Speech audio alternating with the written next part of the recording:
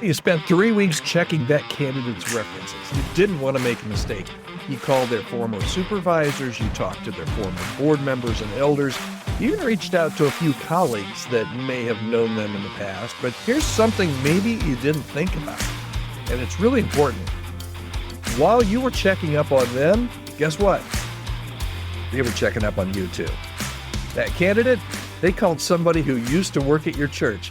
They asked around in ministry circles and they did their own digging, and what they heard might surprise you. That's what we're going to talk about today right here on the Healthy Church Staff Podcast. Hi there, my name's Todd Rhoades, one of the co-founders at chemistrystaffing.com, along with my colleague Matt Steen. And we're here every Monday through Friday on the Healthy Church Staff Podcast to talk about things that hopefully are of interest to you as a church staff member. And if you've ever hired, one of the important things that you need to do is to do a background check, and especially a reference check, to see where candidates have been, what other people are saying about them. And that's all good. You need to do that. You absolutely need to do that, and a full background check, to be sure. But today what we're going to talk about is what I call reverse reference checks, because they happen every time you hire somebody, and they're easier to actually do now for candidates than what they've ever been before. Every candidate, at least every candidate worth their salt, is doing a reverse background check on your church. And here's what they're doing. They're asking former staff members about your culture. They will look up to see who was on your team. There's something on the internet called the Wayback Machine that will show all of your former staff members, and they will look up former staff members and reach out to them at times. Maybe they're connecting with people in your community who know your church. Maybe they're reading between the lines of your job posting. Maybe they're noticing how long positions stay open. Maybe they talked to the last person that just left. All these things are happening. And one of the things that you're like, Todd, no, things don't happen that much. I am 350,000 churches in the world, and that is a lot of churches. Or not in the world, in the country. That is a lot of churches. But I'm constantly amazed, because I work with churches and candidates all day long, how much interlap there is. It's kind of, the 7 degrees of Kevin Bacon? You're only 7 degrees away from being Kevin Bacon's best friend. But the same works in the church world, and I'm amazed at how many people know each other, how many people that I know that have worked at different churches, and now they come across my path again. It's just really strange with that many churches being out there. But people will check up on you, especially if you're about to offer them a job. And it's really important for you to know, as you're hiring, you might not be thinking about this because you're thinking about checking them out, but they're thinking about checking you out. You need to know what they're actually hearing. What are your former staff really saying about you? Are they saying, hey, the senior pastor micromanages everything there? Hey, they say they value work-life balance, but they don't really mean it. Hey, communication is terrible. You'll find out about major decisions from the bulletin. Or maybe something like they hire fast and they fire slow. Wait, no, hire fast, fire fast, and hire slow. Good luck getting a straight edge about the budget. The board runs everything. Staff has no real authority. And you're probably thinking your former staff wouldn't say those things. But let me tell you, if your former staff left for culture reasons, guess what? Most of the time, they actually absolutely will say things just exactly like that. A lot of times, you don't even have a good idea. Most churches, maybe you do.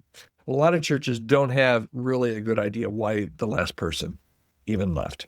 You have a reputation that you're actually building, whether you know it or not. Your church's hiring reputation, it's not based on your website. It's built on the stories the former staff tell at coffee shops and over the phone and through an email or a text. It's shaped by how candidates experience your interview process, of course, and it's formed by how you treat people on their way out. Every former staff member becomes a reference for your church's culture, whether you want them to or not. So, this opens up quite the Pandora's box. What are smart candidates actually looking for? They're asking things like, why did the last person really leave? And they might ask you that. But they also might ask the person that actually just left. They might look them up and ask them that. Why did you leave? And here's what they want to know. How long do people actually stay? Here's what they're wondering. What's the real leadership dynamic at this church? And here's what they're testing. How honest are you being in the interview? They can smell desperation. Good candidates can smell disorganization, and they can see dysfunction. They can see it. You can't hide those things. So here's how it shows up in real discussions and in real conversations, because these are some of the questions that they're really asking. When they ask about growth opportunities, they're really testing you, when they ask that, for dead-end roles. Is there going to be a place for me to grow here, or am I going to be pigeonholed in one specific role or one specific job description? When they ask about leadership style, they're really probing for micromanagement. Hey, when most of the questions, and this is based, you're paying for the sins of other churches, when candidates ask about, hey, what's the leadership style? What's the culture here leadership-wise? They're actually probing to see, hey, does a senior pastor micromanage? My supervisor, will they micromanage? Or will I be given some autonomy and some freedom in how I do ministry? When they ask about team dynamics, often really what they're trying to sniff out is, hey, what are the conflicts? What are some of the things that are going on here that they're not going to tell me? When they ask about, hey, why this position is open, they really do. They want to hear the real story, not the sanitized version. And here's the mistake I see a lot of churches make.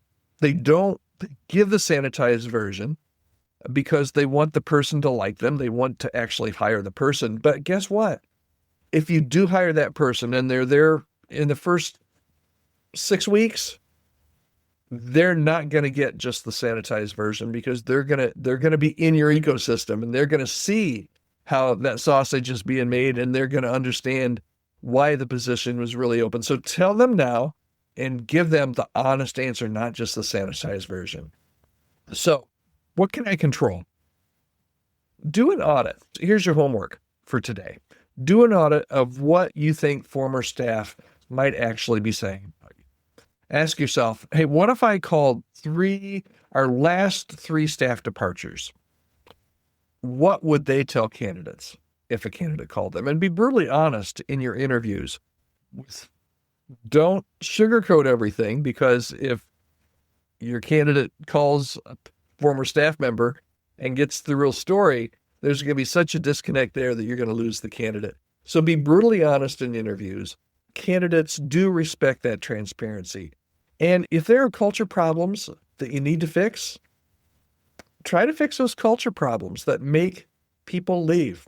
I was in leadership at a church once where we had lost a lot of staff members over a 5-year period. And nobody connected the dots as to what was going on and why people were leaving. And guess what? It was a culture problem. It was a micromanagement problem. It was a leadership problem. And until they even knew what the problem was, there was no way to fix those culture problems. If you're not doing an exit interview with all of your staff, I would really suggest that you do that. Those are not just data collections, they're reputation management. And don't tie those exit interviews to any kind of severance package, because you want that honest feedback. All right, here's your bottom line for today. I feel like I rambled a little bit here, but this is incredibly important. And we tell all of the candidates that we talk to, hey, don't take our word for it. You're going to want to ask really hard questions at the church when you interview with the church, but you're also going to want to do your homework. And we show them how to do that as well. Here's the bottom line for today. Your reputation as an employer, as a church, is being written by the people who used to work for you. And you can't control that conversation unless you helped control their experience. Have an honest conversation with somebody who left your staff the past 2 years. You probably have somebody in your mind, and just say, hey, if a candidate called you about working here, what would you tell them? And listen, without defending. That's right there. That is your real reputation, and that's what candidates are going to hear. All right. Hey, your next great hire is doing their homework on you right now. Make sure that they like what they find. All right, that's it for today. Hey, if there's any way that I can help you or your staff, maybe you need an exit an exit interview strategy. Maybe you need performance review. We talked about that yesterday. Maybe you need some help with some templates for some performance reviews. Maybe you've got a staff person that you've been looking for that you haven't been able to find, and you're like, Todd, I know this is kind of what you guys do. Is there any way you can help me? I'd love to hear from you. You can reach out to me, podcast@chemistrystaffing.com, or you can head over to my website at todd.church. I'd love to have a conversation with you to see how I can help you in your church in any kind of healthy staff compensation, hiring, firing, all those kind of things. If I can't help you, I've got somebody on my team that would, I'm sure, just hit it out of the park for you. Reach out to me, podcast@chemistrystaffing.com. And I hope you'll join me again tomorrow. Let's see what we're looking at here tomorrow. Tomorrow we're going to talk about boomers and Gen Z. That'll be fun. Hope you'll join me again right here on the Healthy Church Staff Podcast.